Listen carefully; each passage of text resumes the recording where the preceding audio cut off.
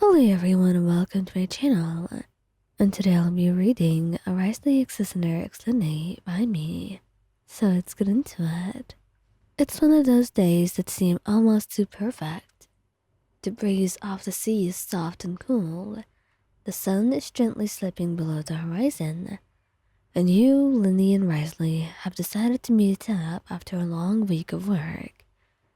The atmosphere should have been calm, friendly, filled with the usual banter, but there is something in the air that feels off, and you're still trying to figure out whatever it may be. You sit on the edge of a fountain in a quiet square, watching the water splash softly against the stone. Lyney sits beside you, his mischievous grin ever present, while Wriothesley stands nearby, leaning against the lamppost, his arms crossed as if brooding. You glance between the two, sensing the tension that's been brewing between them all day. Lyney is the first to break the silence, turning to you with a soft smile that does not seem to quite reach his eyes.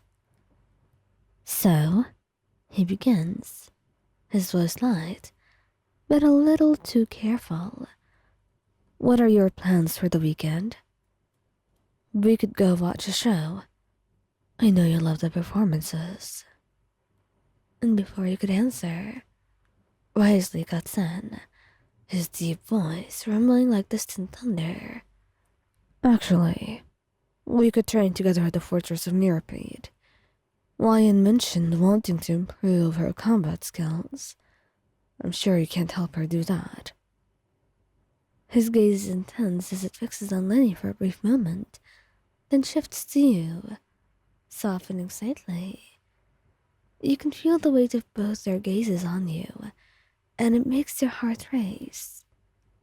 They've always been competitive for your friendship, but lately something has shifted. There is an edge to the words, a silent struggle playing out between them.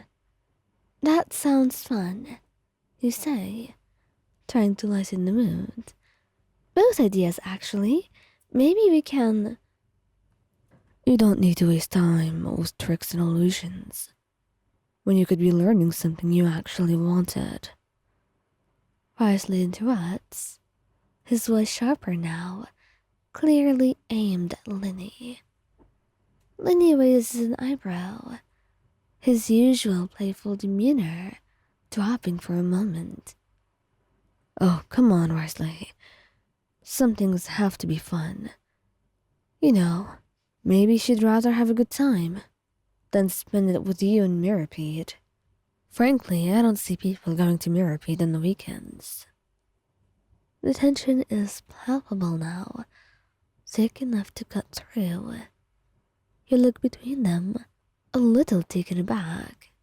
You've known them both for a while, but you've never seen them like this. So at odds, so possessive. Wriothesley steps closer, his eyes locked on Lyney. I think what they need is someone who can actually protect them. Someone reliable, and someone who cares about their hobbies. And I suppose you think you're that person? Lyney's smile is tight, his eyes flashing with challenge, and before things could escalate any further, you stand, trying to defuse the situation. Guys, seriously, what's going on with the two of you? They both look at you, their eyes softening slightly, but the tension does not dissolve, not fully. Wriothesley's voice is lower now, more controlled. It's nothing. I just don't like how Lyney does things. He's playing with your feelings. Lyney's eyes narrow, but he keeps his tone light, though there is an unmistakable undercurrent of seriousness. I'm not playing games. If anything, Wriothesley, you're the one who's too afraid to show what you really feel. always hiding, like you're too scared to admit it.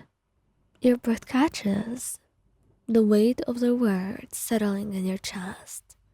The realization dawns on you, slow and heavy. This is not just some petty argument. They're both in love with you, and now they are fighting for your attention, for your heart. Wait, hold on. Is this what this is about? You two are in love with you? When he finishes for you, stepping closer, his usual flirtatious smile softening into something more vulnerable. Yeah, I guess I've never tried to be subtle about it, but it took you some time. Wriothesley lets out a sigh, running a hand through his hair. I didn't want to make this a competition, but I can't stand by and watch someone trying to sweep you off your feet. You're at a loss for words, heart pounding in your chest as you look between them. These two are your closest friends, people you trust, people you care about, and now they were both standing here, baring their hearts and waiting for you to choose. You start to falter. You don't know what to say. You care about them both, but how could you possibly choose? When he reaches for your hand, his touch gentle. You don't have to decide right now. I just needed you to know how I feel. Wriothesley steps forward too, his gaze steady, though there is a flicker of uncertainty in his usually confident eyes.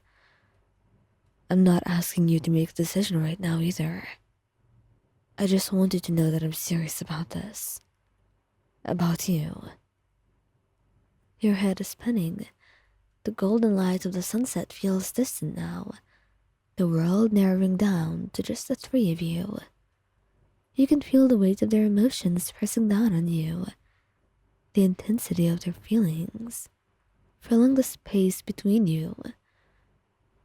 I care about both of you. I don't want to lose either of you. Lyney's smile is softer now, a little sad. You won't.